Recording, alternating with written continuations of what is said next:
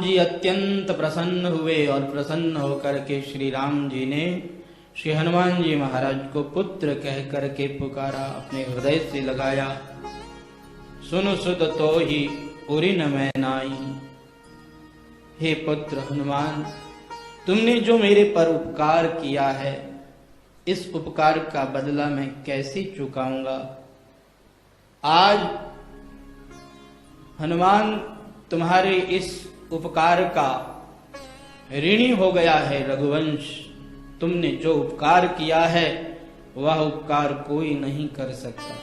श्री हनुमान जी महाराज त्राईमाम करते हुए प्रभु श्री राम के श्री चरणों में गिर जाते हैं और श्री राम जी की आज्ञा से श्री राम जी की सेना, सुग्रीव अपनी सेना को साथ लेकर के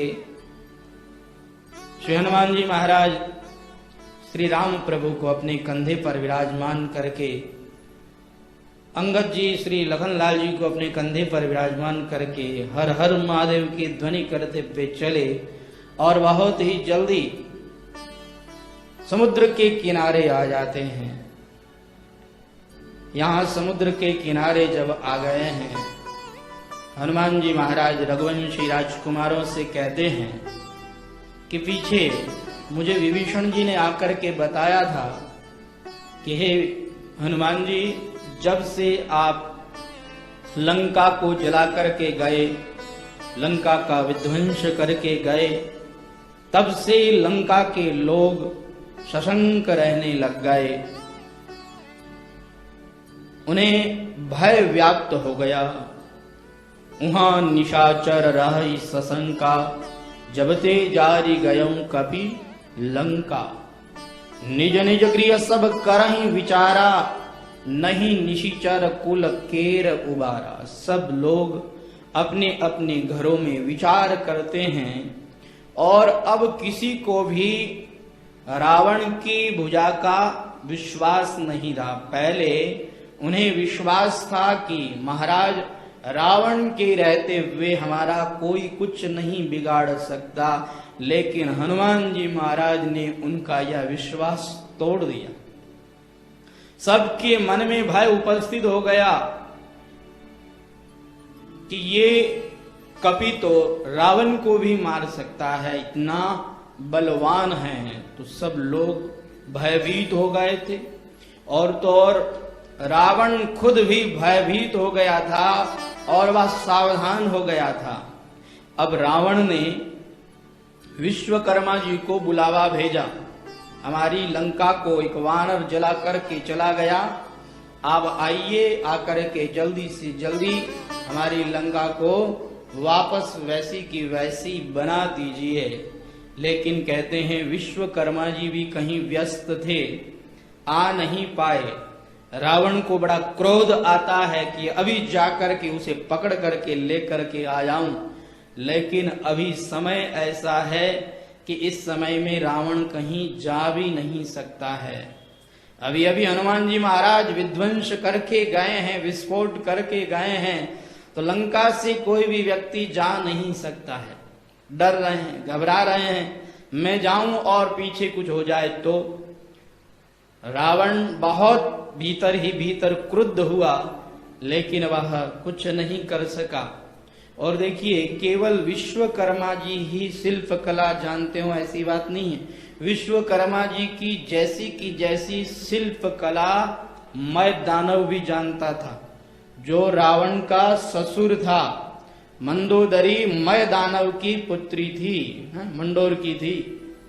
मैं दानव की पुत्री मंदोदरी, वह रावण की बहू है, पत्नी है उसकी वो।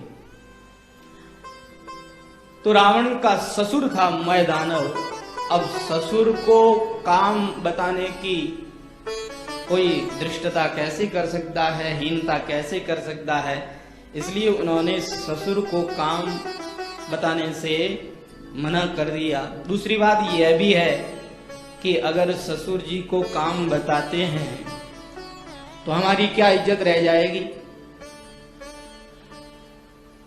लोग अपने ससुराल में अपना ठप्पा रखना चाहते हैं, ससुराल वालों से और अगर सहायता मांगेंगे तो हमारी क्या रह जाएगी। वहां लोग डरते हैं, घबराते हैं। रावण राजाधिराज महाराज, रावण महाबलवान महावीर है, और अगर हम ये कहेंगे कि एक छोटा सा वानर आया, आकर के हमारी लंका को जला करके चला गया, तब तो ये तो हमारी बेइज्जती की बात हो जाएगी। इसलिए मैदानों को भी उसने कुछ नहीं कहा और अपने यहाँ के जो कारीगर थे उन्हीं को ही लगा लिया और जल्दी से जल्दी उन्होंने लंका को वापस तैयार करवा लिया। कहते हैं जैसे 4 दरवाजे थे, जिन 4 सुदृढ़ दरवाजों को हनुमान जी महाराज ने नष्ट कर दिया था, वैसे के वैसे दरवाजे बना लिए। अब वहां चारों दरवाजों में 4 यंत्र लगे हुए थे, जिनसे बाणों की वर्षात होती थी, चट्टानों की वर्षात होती थी। वो यंत्र रावण नहीं लगा पाया क्योंकि उसको ज्यादा समय नहीं मिला।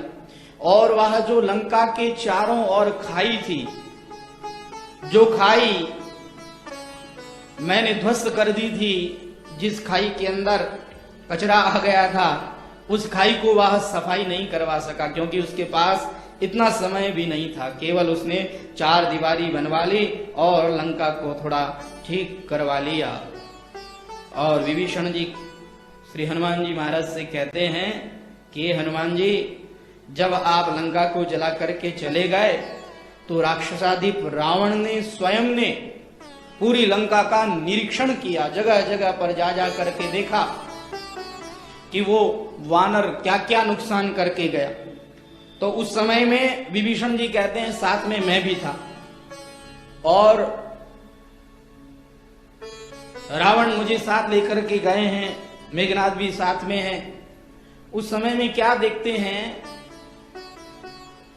कि कुंभकर्ण का महल बिल्कुल सुरक्षित है। रावण प्रशंसा करता है हनुमान जी आपकी, कहता है कि भले ही वानर हो लेकिन था समझदार। देखो सोते हुए व्यक्ति का महल नहीं जलाया, कितना समझदार। रावण भी हनुमान जी महाराज की प्रशंसा करता है और आगे बढ़ा। और जब विभीषण जी का महल देखा तो विभीषण जी कहते हैं कि मेरे महल को देख करके रावण सशंक हो गया, शंका हो गई उसे, संदेह हो गया उसे कि विभीषण का महल बिल्कुल सुरक्षित कैसे है, विभीषण के महल को आग क्यों नहीं लगी, पास के महल जल गए और इसमें बिल्कुल लपटें भी नहीं लगी। संदेह हो गया। जब भी कोई नया निर्माण होता था तो उस नए निर्माण में विभीषण जी को देखरेख की आज्ञा दी जाती थी। विभीषण जी ही देखरेख करते थे, मुख्य रूप में विभीषण जी ही देखरेख करते थे। लेकिन आज वापस लंका का निर्माण करवाने में विभीषण जी को यह काम नहीं दिया गया, देखरेख करने का काम नहीं दिया गया। अब की बार किसको दिया गया? अब की बार मेघनाद को यह काम दिया गया क्योंकि विभीषण पर उन्हें संदेह हो गया था। वैसे विभीषण जी कहते हैं मुझे कुछ कहा नहीं था, लेकिन रावण को संदेह जरूर हो गया था, इसलिए उन्होंने अपने पुत्र को यह काम सौंप दिया। और जब इस तरह से वहां लंका के अंदर काम हो रहा था, वापस जब वह रावण की सभा लगी तो उस सभा के अंदर जितने भी सभापति उपस्थित थे वो सब सभापति रावण की चाटुकारिता करने वाले, रावण को प्रसन्न करने वाली बातें करते हैं। जब वहां पर हनुमान जी की बात चलती है कि वानर आया था और इतना उत्पात मचा के चला गया, तो वो राक्षस लोग क्या कहते हैं पता है? अरे वो एक वानर था इसलिए हमने उसे कुछ नहीं कहा, अन्यथा हम राक्षस लोग तो वानरों को खा ही जाते हैं। अब एक वानर को खाते कितने राक्षस थे, लड़ाई हो जाती हम राक्षसों के अंदर ही, कौन खाए। इसलिए एक वानर था इसलिए वो थोड़ा उत्पात करके चला गया, अन्यथा हम लोग उत्पात नहीं होने देते। किसी ने कहा आपको पता है वो समुद्र के किनारे आ गए, कहा कोई बात नहीं आने दो, करोड़ों की संख्या में आए हैं, चलो एक एक करके खाएंगे हम उन वानरों को। नर कभी भालू आहार हमारा, ये मानव और वानर तो ये हमारा आहार है। वो क्या सोचते हैं कि राक्षसों पर आक्रमण करेंगे? नहीं नहीं, हमारे रहते हुए ऐसा नहीं हो सकता। वो लोग इस तरह से रावण को राजी करने की बातें करते हैं।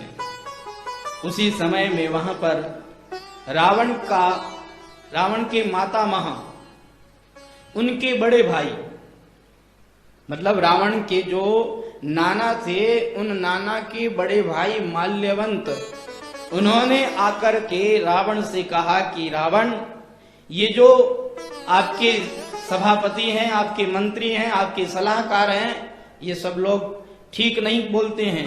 ये सब लोग आपके हित की बात नहीं बोलते हैं। ये सब लोग, अगर इनकी सलाह आप मानते रहे, इनका कहना अगर आप मानते रहे, तो आपका विनाश हो जाएगा, आपका नाश हो जाएगा। ये लोग हित की बात नहीं कहते हैं, ये केवल आपको राजी करने की बात कहते हैं। इसलिए मेरी बात तो मानिए, इन सब की बातों में मत आइए, और विभीषण जो कहता है उस विभीषण की बात को आप मानिए। विभीषण जी और ये माल्यवंत हमेशा इस रावण को समझाते रहते थे। विभीषण जी ने कहा कि देखो भैया, मैं आपका हित चाहता हूं, इसलिए आपसे यही कहता हूं कि आपने गलती कर दी, आपने अपराध कर दिया सीता माता को यहां ला करके। अब हुआ सो हुआ, वो राम जी दया निधान है, करुणा निधान है। आप चलिए सबके साथ में सीता जी को आगे करके और राम जी को सीता जी समर्पित करके उनसे क्षमा याचना कर लेंगे तो वो माफ कर देंगे। जैसे ही माल्यवंत और विभीषण दोनों ने ये बातें कही, तो वह रावण अपने सैनिकों से कहता है, सैनिकों, ये दोनों दुष्ट हैं, ये दोनों और उस शत्रु से मिल गए हैं, इसलिए शत्रुओं की ये प्रशंसा कर रहे हैं। इन दोनों को धक्के मार करके बाहर निकालो। अब किसमें ताकत जो रावण के नाना को धक्का मारे, किसमें ताकत जो रावण के भाई को धक्का मारे? तो कहते हैं माल्यवान तो वहां उस समय में रावण को खरी खोटी सुना करके चले गए। कहा, दुष्ट रावण, तू मेरी बात नहीं मानता, इन चाटुकारों की सलाह मानता है, एक दिन ऐसा आएगा कि तेरा विनाश हो जाएगा। ऐसा कह करके वो तो वहां से चले गए। कहा, तूने पक्का ठान लिया है कि तू अब पूरे वंश का नाश करके ही बैठेगा। वो तो चले गए, लेकिन विभीषण जी कहते हैं मैं कोशिश करने लगा रावण को फिर समझाने की, और रावण को मैंने समझाया कि देखो, श्री राम जी का विरोध करने में किसी का भी भला नहीं है। श्री राम जी साक्षात परापर परब्रह्म परमात्मा हैं। उन श्री राम जी से वैर करके कोई भी सुख से चैन से नहीं बैठा है। इसलिए आप तो मेरी बात मानो और अपनी भूल मान लो, सीता जी को, श्री राम जी को समर्पित कर दो, उनसे आप क्षमा मांग लो। इस तरह से जब फिर से विभीषण जी ने रावण से कहा, तो अब की बार तो रावण को क्रोध आ गया। रावण ने विभीषण जी को एक लात मारी और कहा कि तू उस राम की प्रशंसा कर रहा है, जो राम अपनी भार्या के विरह में रो रहा है, जो वानरों की सेना लेकर के आया है, तो उस राम की प्रशंसा मेरे सामने कर रहा है। जा उसी राम के पास चला जा, तुझे ज्यादा वही अच्छे लगते हैं तो वहीं चला जा। तू रोटी खाता है हम लोगों की और प्रशंसा करता है उस राम की। बार बार श्री विभीषण जी महाराज समझाने का प्रयास करते हैं, लेकिन रावण कहां समझने वाला। रावण ने उल्टे विभीषण जी को ही लात मारी और कहा, जा, चला जा यहां से, अपना मुंह काला कर ले, मेरे सामने मत आना, अपना मुंह मत दिखाना, मैं तुझे देखना नहीं चाहता। श्री विभीषण जी महाराज ने सोचा अब समझाने से कोई फायदा नहीं, सीधे आकाश में उड़ गए और आकाश में जाकर के श्री विभीषण जी महाराज ने एक बार फिर जोर से पुकारते हुए कहा कि राम सत्य संकल्प प्रभु सभा काल बस तोरी, मैं रघुवीर शरण अब जाऊं देहूं जनी खोरी। तुम्हारी सभा अब कालवश हो गई है, श्री राम जी सत्य संकल्प हैं, इसलिए मैं तो श्री राम जी की शरण में जा रहा हूं। बस मैं तो आपसे भी यही कहूंगा, आप मान जाइए। देखो, तुम पितु सरिस भले ही मोहि मारा, परंतु राम भजे हित नाथ तुम्हारा। विभीषण जी इतनी बड़ी बात कहते हैं, तुम मेरे बड़े भाई हो और बड़ा भाई पिता के समान होता है। आपने मुझे मारा, कोई बात नहीं, मैं सहन करता हूं, लेकिन राम भजे हित नाथ तुम्हारा, हे नाथ, तुम्हारा श्री राम जी का भजन करने में ही हित है। श्री शंकर भगवान उमा को यह श्री राम जी का चरित्र बताते हुए कहते हैं, उमा संत कही इहि बड़ाई, उमा संत कही इहि बड़ाई, मंद करत जो करहि भलाई, मंद करत जो करहि भलाई, तुम पितु सरिस भले ही मोहि मारा, तुम पितु सरिस भले ही मोहि मारा, राम भजे हित नाथ तुम्हारा, राम भजे हित नाथ तुम्हारा। शंकर भगवान कहते हैं, हे उमा, ये एक संत की बड़ाई है। उन्हें लात मारी गई, उनका अपमान किया गया, लेकिन फिर भी वो उनका अहित नहीं चाहते, उनकी हित की बात करते हैं। ये साधारण मानव नहीं कर सकता, ये संसारी व्यक्ति नहीं कर सकता। जो भगवान का भक्त हो, जो संत स्वभाव वाला हो, वही ऐसा कर सकता है। अपकार करने वाले का भी उपकार करने की तो कोई संत ही सोच सकता है। ये संसारी लोग तो हमेशा यही कहते रहते हैं, उसने हमारा उपकार किया तो हम भी उपकार करेंगे, उसने हमें गाली दी हम उसे नहीं छोड़ेंगे, उसने हमारा बुरा किया हम उसे नहीं छोड़ेंगे, देख लेंगे हम तुम्हें, देख लेंगे हम तुम्हें। इस तरह करते ही रहते हैं। संसारी व्यक्ति हमेशा उपकार के बदले उपकार करते हैं, लेकिन संत महापुरुष ये तो अपकार करने वाले का भी उपकार करते हैं। एक बार की बात, एक संत नाव में बैठ करके जा रहे थे। स्कूल के बच्चे नाव में आकर के बैठ गए और वो स्कूल के बच्चे उस संत को छेड़ने लगे। कोई उनका कपड़ा खींचने लगा, कोई उनके कमंडलू छीनने लगा, कोई उनकी माला छीनने लगा। पूरे रास्ते भर संत को वो परेशान करते रहे। जब बीच में पहुंच गए, संत को कोई परेशानी नहीं, संत उन बच्चों से बिल्कुल परेशान नहीं हुए। संत परेशान नहीं हुए, लेकिन भगवान परेशान हो गए। भगवान ने आकाशवाणी करी, ओ महात्मा जी, आपको डरने की जरूरत नहीं है, मैं इस नाव को पलटने वाला हूं। इन बच्चों ने आपको परेशान किया है, आपका अपमान किया है, इसलिए मैं इस नाव को पलट करके इन बच्चों को डुबा दूंगा, लेकिन आपको बचा लूंगा।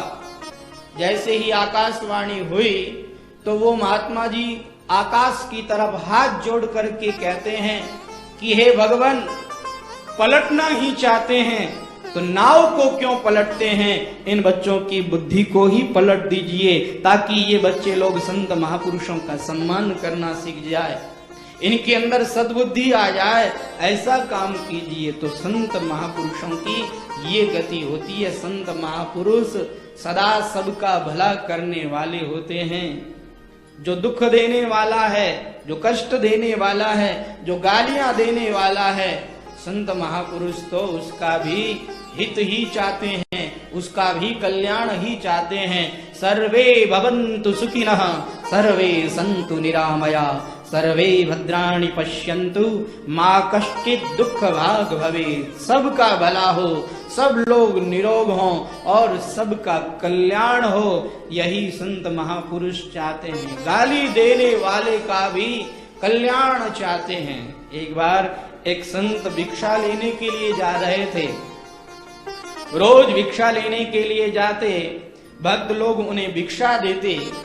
एक बुढ़िया ऐसी थी जो उन महात्मा जी को देख करके गालियां निकालती। अरे खा खा करके मोटे ताजे हो गए हो, इतना बढ़िया तुम्हारा शरीर है, कमठाने क्यों नहीं जाते हो, काम क्यों नहीं करते हो, ये मांग मांग करके खाते हो। बुढ़िया रोज महात्मा जी को गालियां निकालती। किसी ने महात्मा जी से कहा कि महात्मा जी आप इस गली में क्यों जाते हैं, इस गली में ये बुढ़िया रहती है, ये आपको भिक्षा तो देती नहीं है, ये आपको गालियां ही गालियां देती है। महाराज ने कहा दे तो रही है, गालियां ही दो, लेकिन देने की आदत तो पड़ रही है।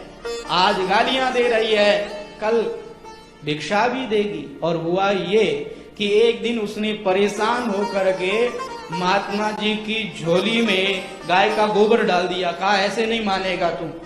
लेकिन महात्मा जी फिर भी क्रुद्ध नहीं हुए, फिर भी परेशान नहीं हुए। कहा कोई बात नहीं, पहले गालियां दे रही थी, आज गाय का गोबर डाला है, कुछ न कुछ आदत चेंज हुई है, कुछ न कुछ बदल रहा है, एक दिन भिक्षा भी देगी। और एक दिन वह क्या देखती है कि मैंने महात्मा जी को इतनी गालियां दी, इतना परेशान किया, यहाँ तक कि इनकी झोली में मैंने गाय का गोबर डाल दिया। लेकिन इन महात्मा जी को देखिए, वास्तव में ये संत है। वह बुढ़िया द्रवित हो गई, अपनी गलती का उसे भान हो गया, अपराध बोध हो गया और उसने महात्मा जी को ला करके भिक्षा दे दी। बोलिए संत महात्माओं की। जाकर के जैसे ही भिक्षा दी, वो महात्मा जी कहने लगे वाह, देखा आज तो हमें इस बुढ़िया ने भी भिक्षा दे दी है। तो संत महापुरुष गालियां देने वाले का भी कल्याण चाहते हैं, उसका भी वो हित चाहते हैं। कभी भी संत महापुरुष किसी भी व्यक्ति का बुरा नहीं चाहते हैं। वो कहते हैं वसुधैव कुटुंबकम, यह जो वसुधा है या जो पृथ्वी लोक है, इस पर जितने भी रहने वाले लोग हैं ये सब के सब हमारे ही कुटुंबी हैं। अब देखिए हमारे घर में, परिवार में हमारे भाई, हमारे बंधु, वो अगर हमें कुछ कह दे तो हम कोई बुरा थोड़े ही मानते हैं, हम बुरा नहीं मानते हैं। ऐसे ही पूरा संसार हमारा परिवार है। इस परिवार में कोई कुछ भी कह दे, जो सच्चे संत होते हैं वो उनका बुरा नहीं मानते हैं। वो तो भगवान से यही प्रार्थना करते हैं कि हे भगवान सबका कल्याण हो, सबका हित हो, सबका भला हो, वो तो यही कामना करते हैं। तो ये संतों की विशेषता है कि वो अपकार करने वाले का भी उपकार करते हैं। रावण पाद प्रहार करता है, लेकिन उस रावण का भी वो भला चाहते हैं और कहते हैं राम भजे हित नाथ तुम्हारा। श्री राम जी का भजन करने में ही आपका हित है, कल्याण है। वह रावण ध्यान नहीं देता और श्री विभीषण जी महाराज अपने मंत्रियों के साथ उस समय में वहां से रवाना हो जाते हैं। गोस्वामी श्री तुलसीदास जी महाराज कहते हैं अस कही चला विभीषण जबहि, अस कही चला विभीषण जबहि, आयो हीन भये सब तबहि, आयो हीन भये सब तबहि, साधु अवज्ञा तुरत भवानी, साधु अवज्ञा तुरत भवानी, कर कल्याण अखिल के हानि, कर कल्याण अखिल के हानि। अस कही चला विभीषण जबहि, तो आयुहीन भय सब तबहि। जब से विभीषण जी महाराज इन्हें छोड़ करके गए हैं, तब से ये सब लोग आयुहीन हो गए हैं। साधु अवज्ञा तुरंत भवानी।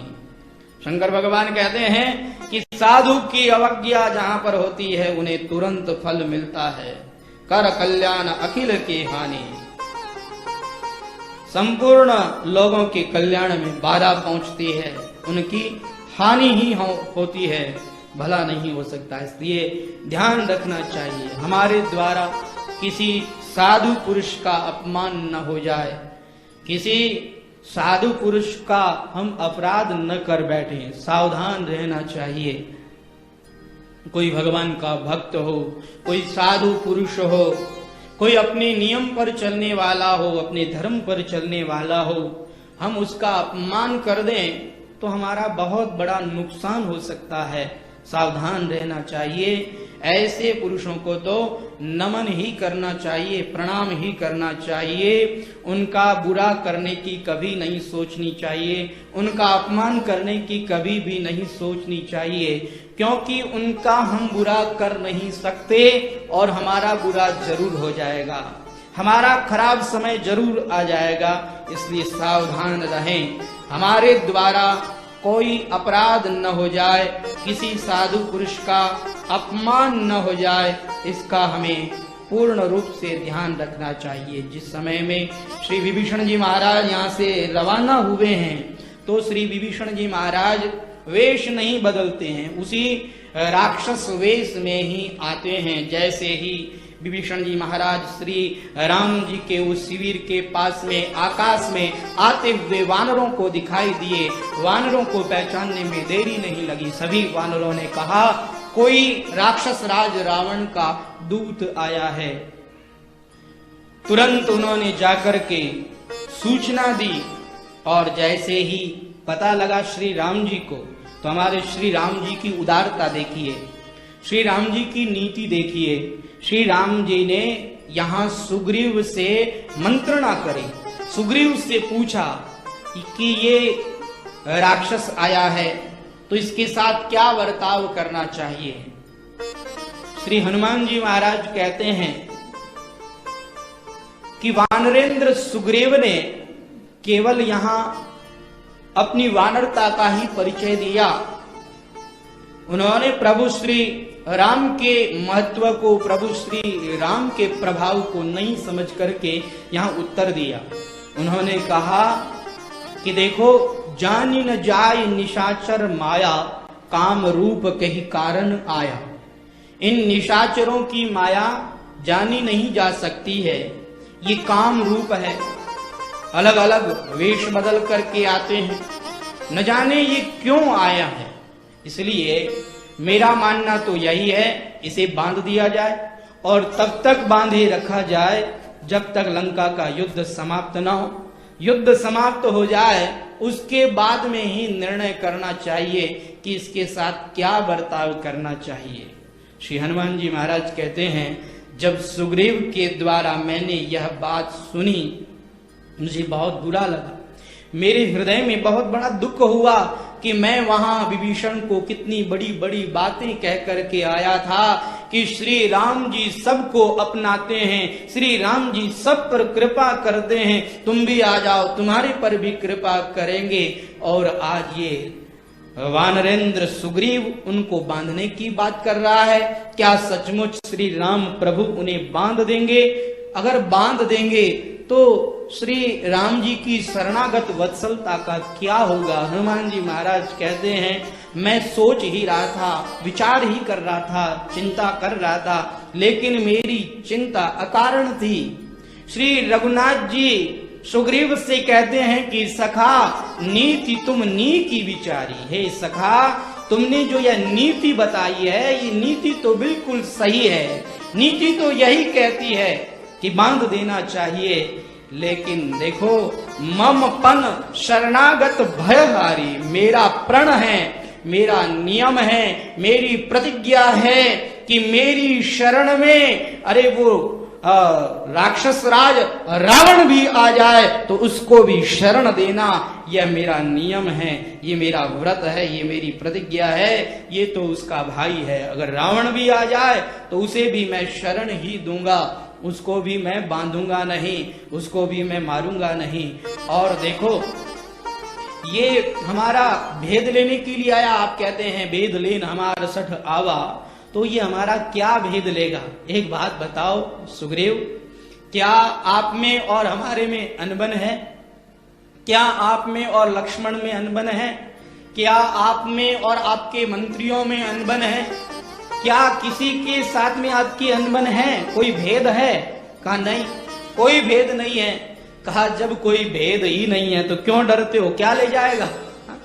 कोई भेद ही नहीं है, आपको डरने की जरूरत नहीं है, आपको घबराने की जरूरत नहीं है। और एक और बात श्री राम जी कहते हैं कि देखो लक्ष्मण को तुम जानते हो, अगर वह राक्षस कुछ अनर्गल करेगा तो लक्ष्मण को 2 पल नहीं 1 पल लगेगा कि 1 पल के अंदर लक्ष्मण सारे राक्षसों को मारने की क्षमता रखता है। इसलिए तुमको डरने की जरूरत नहीं है, तुमको घबराने की जरूरत नहीं है।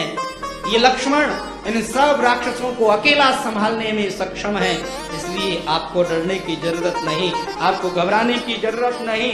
आप तो बस उस राक्षस राज रावण के भाई को यहाँ पर लेकर के आ जाइए। श्री हनुमान जी महाराज कहते हैं आहा मेरा मन प्रसन्न हो गया श्री रघुनाथ जी की ये बात सुन करके। श्री रघुनाथ जी शरणागत वत्सल हैं, उनकी ये बात सुन करके मैं अब वानरों के साथ वहां से चला और जाकर के मैंने विभीषण जी को अपने हृदय से लगाया, गले से लगाया। जैसे ही विभीषण जी को गले से लगाया, वानरों ने विभीषण जी को घेर के रखा था, लेकिन जैसे ही हनुमान जी ने गले से लगाया सब वानर लोग किनारे हो गए। और श्री विभीषण जी महाराज को श्री हनुमान जी महाराज कहते हैं चलिए आपको श्री रघुनाथ जी ने याद किया है, श्री रघुनाथ जी ने आपका स्मरण किया है। आहा विभीषण जी ने कहा रघुनाथ जी ने मेरा स्मरण किया है, मुझे याद किया है। विभीषण जी की ऐसी अवस्था हो गई कि नेत्रों से अश्रुधारा बहने लग गई, शरीर में रोमांच हो गया और उनकी ऐसी अवस्था हो गई कि उनका शरीर कांपने लग गया, वो चल भी नहीं पाए। मैंने और अंगद जी ने उनको सहारा दिया और पकड़ करके उनको लेकर के आए।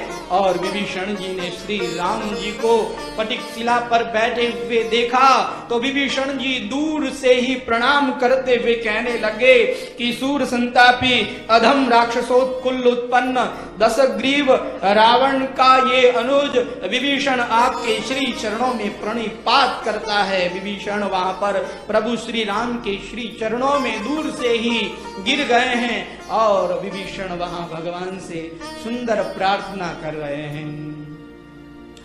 अब सौंप दिया इस जीवन का सब भार तुम्हारे हाथों में, अब सौंप दिया इस जीवन का सब भार तुम्हारे हाथों में, यह जीत तुम्हारे हाथों में, अरुहार तुम्हारे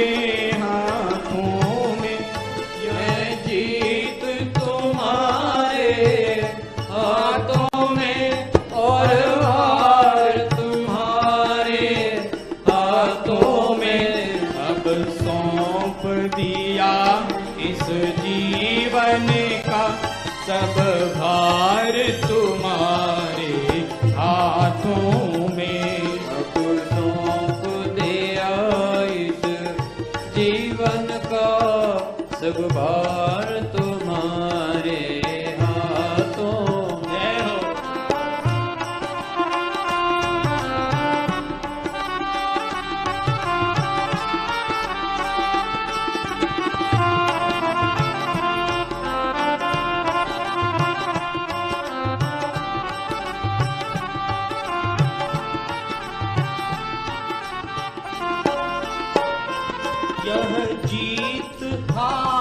सब तेरी है, मेरा इस जग में कुछ भी नहीं है।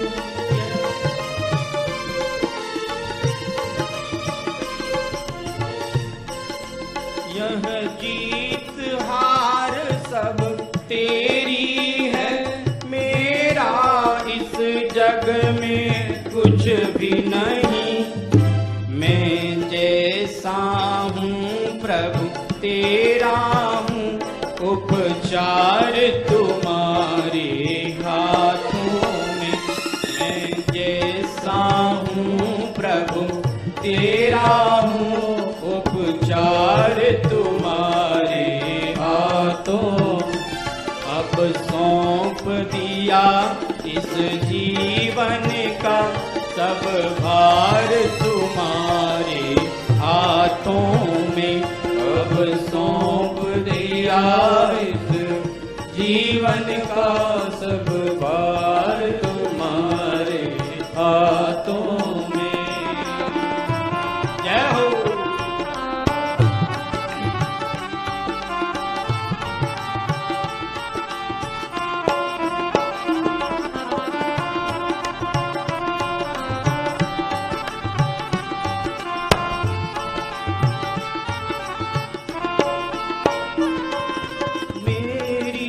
तड़पन बस एक यही, एक बार तुम्हें पा जाऊं मैं।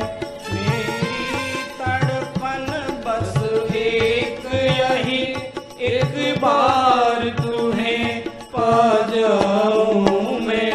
अर्पण कर दूं दुनिया भर का सब प्यार तुम्हारे चरणों में।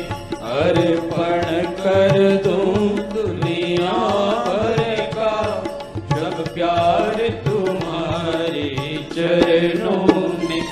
अब सौंप दिया इस जीवन का सब भार तुम्हारे हाथों में। अब सौंप दिया इस जीवन का सब भार तुम्हारे हाथों।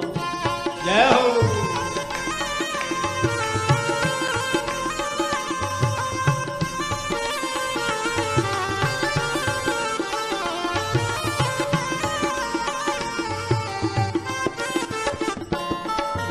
यदि मानुष का मोहि जन्म मिले, तेरे दासों का दास बनूं मैं।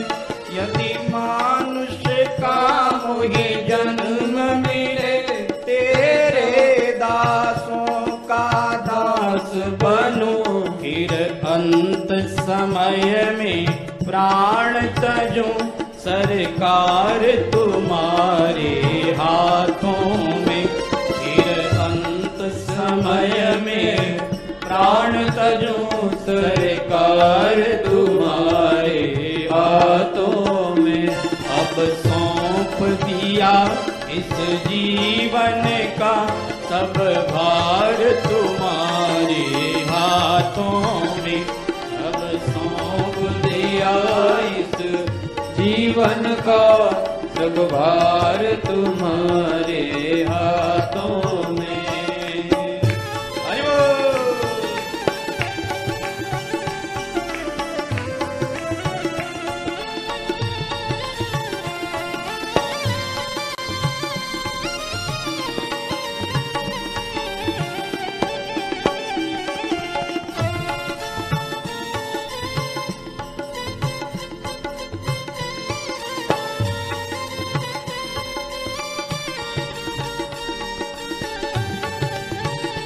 मुझ में तुझ में बस भेद यही, मैं नर हूँ तुम नारायण हो।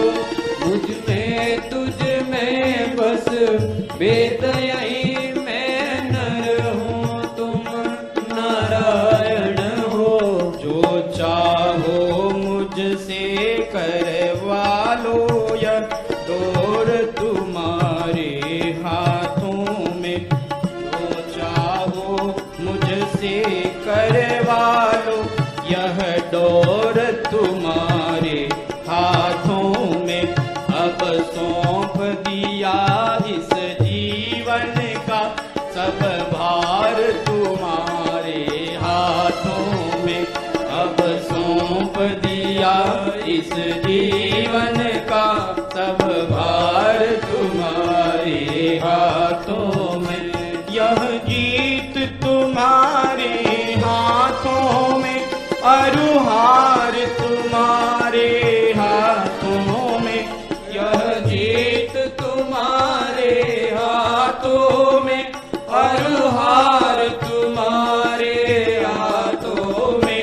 अब सौंप दिया इस जीवन का सब भार तुम्हारे हाथों में, अब सौंप दिया इस जीवन का सब भार तुम्हारे हाथों में, सब भार तुम्हारे हाथों में, सब भार तुम्हारे हाथों। श्री विभीषण जी महाराज को इस तरह धरती में जब दंडवत प्रणाम करते हुए रघुनाथ जी ने देखा, श्री राम जी ने देखा, तो श्री राम जी दौड़े दौड़े आए और आकर के विभीषण जी को उठा करके अपने हृदय से लगा लिया और उन्हें लेकर के आए, अपने बराबर बिठाया और श्री राम जी श्री विभीषण जी से कहते हैं, कहो लंकेश कैसे हैं आप। जैसे ही लंकेश इस शब्द के द्वारा श्री राम जी ने विभीषण जी को पुकारा, हनुमान जी महाराज कहते हैं, मैं तो तभी से समझ गया था कि रावण तेरा अंत निश्चित है। अभी से श्री राम जी ने ऐलान कर दिया, अब लंकेश तो विभीषण ही बनेंगे, तुम्हारा टिकट तो बिल्कुल कंफर्म हो गया है। श्री राम जी ने लखनलाल जी की ओर देखा, कहा, लखन याद है तुम्हें, तुमने जिस तरह से सुग्रीव को राजगद्दी पर बिठा करके उनका राज तिलक किया था, ऐसे ही विभीषण का राज तिलक भी तुम्हें ही करना है। अब देखो मेरे मुंह से लंकेश यह शब्द निकल गया है, तो इन्हें लंकेश तो बनना ही है। मेरे मुंह से ये शब्द निकल गया है, तो मैं इस शब्द को अभी सच्चा करना चाहता हूं। इसलिए हनुमान जाओ, समुद्र का जल लेकर के आओ और यहाँ समुद्र के किनारे ही हम विभीषण जी का अभिषेक करेंगे। विभीषण जी कहते हैं, प्रभु इस तुच्छ दास को दास ही बने रहने दीजिए, इसे आप लंकेश क्यों बना रहे हैं। विभीषण जी महाराज कहते रहे, लेकिन श्री राम जी कहते हैं कि देखो विभीषण, तुम तो नहीं बनना चाहते, लेकिन मैंने जो शब्द बोल दिया उस शब्द को सत्य करने का मौका तो मुझे दो।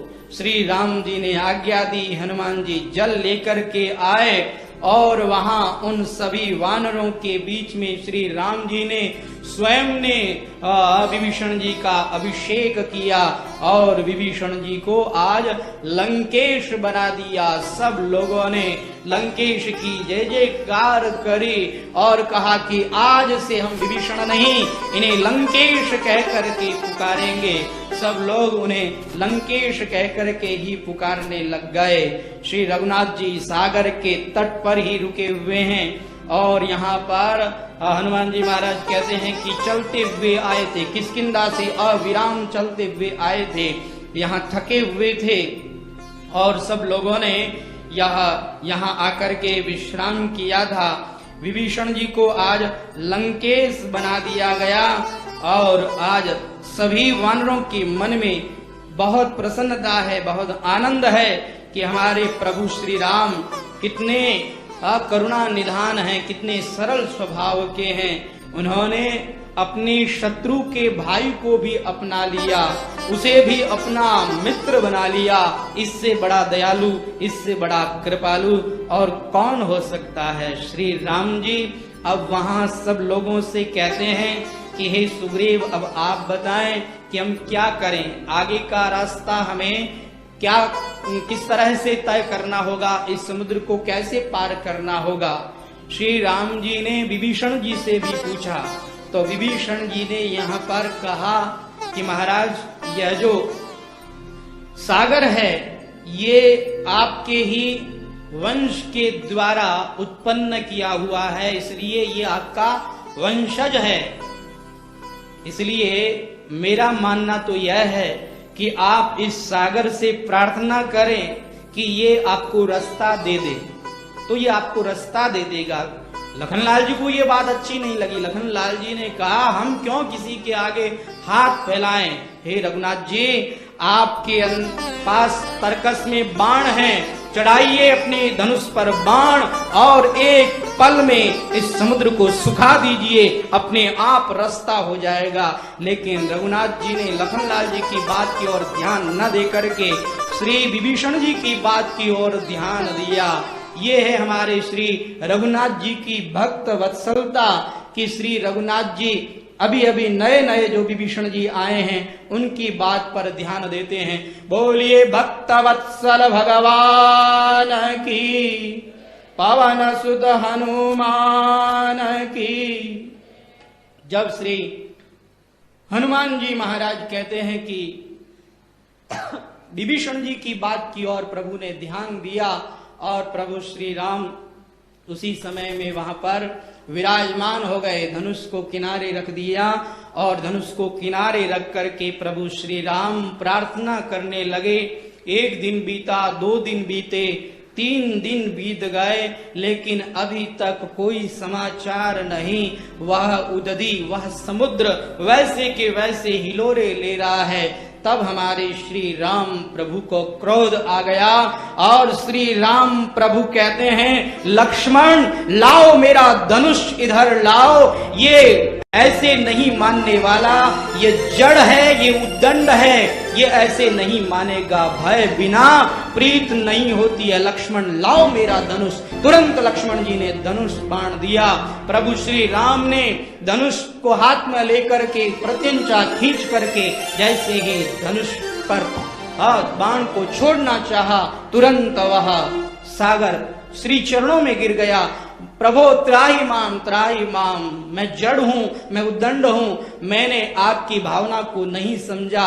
प्रभो अगर आप इस तरह से मुझे सुखा देंगे तो इसके अंदर कितने जीव रहते हैं, कितने जंतु रहते हैं, उनका क्या होगा। प्रभो मैं आपको एक उपाय बता देता हूं, आपके साथ ये जो नल नील हैं ये बहुत अच्छे शिल्पकारी हैं, इन्हें आप कहिए ये पत्थरों को समुद्र के अंदर डालेंगे, इनको शाप मिला हुआ है, अगर ये पत्थर भी समुद्र में डालेंगे, जल में डालेंगे तो वो डूबेगा नहीं। तो इनके द्वारा आप पत्थरों को समुद्र में डालिए और सेतु बंध तैयार कीजिए, पुल बनाइए। अगर आप ऐसा करते हैं तो आपका काम बन सकता है। प्रभु आप मुझे माफ कर दीजिए। भगवान ने कहा चलो आप आ गए हैं तो अब हम आपको तो नहीं मारेंगे, जल को तो नहीं सुखाएंगे, लेकिन हमारा ये नियम है कि हमारे धनुष पर जो बाण चढ़ जाता है वह बिना छूटे वापस तरकस में नहीं आता है। अब आप बताइए मैं इस बाण को कहाँ छोड़ूं। कहा प्रभु उत्तर दिशा में कुछ राक्षस लोग रहते हैं, उन राक्षसों ने वहां पर खूब पाप फैला रखा है, अधर्म फैला रखा है, आप वहीं पर मारिए बाण को और उन राक्षसों को मार गिराइए। प्रभु श्री राम ने उत्तर दिशा में वह बाण छोड़ा और वहां जो राक्षसों की राजधानी थी खत्म हो गई। बिल्कुल वहां का जो देश है वह मरुभूमि बन गया और प्रभु श्री राम को ऐसा उपाय बता दिया गया। तब वहां पर नल नील आदि ने पर्वतों को लाला करके समुद्र में डाला है और वहां पर सेतु बंध तैयार किया गया है, बहुत बड़ा पुल बनाया है। तो ये पुल एक दिन में तो बना नहीं है, इस पुल को बनाने में कई दिन लगे हैं। तो आगे पुल कैसे बना और आगे क्या क्या हुआ, इस प्रसंग को हम लोग कल के प्रसंग में सुनेंगे। हमारे बीच में परम पूज्य श्री राम प्रसाद जी महाराज पधार चुके हैं, तो आप श्री के श्रीमुख से अब हम लोग शिव महापुराण की कथा का श्रवण करेंगे। बोलिए शंकर भगवान की।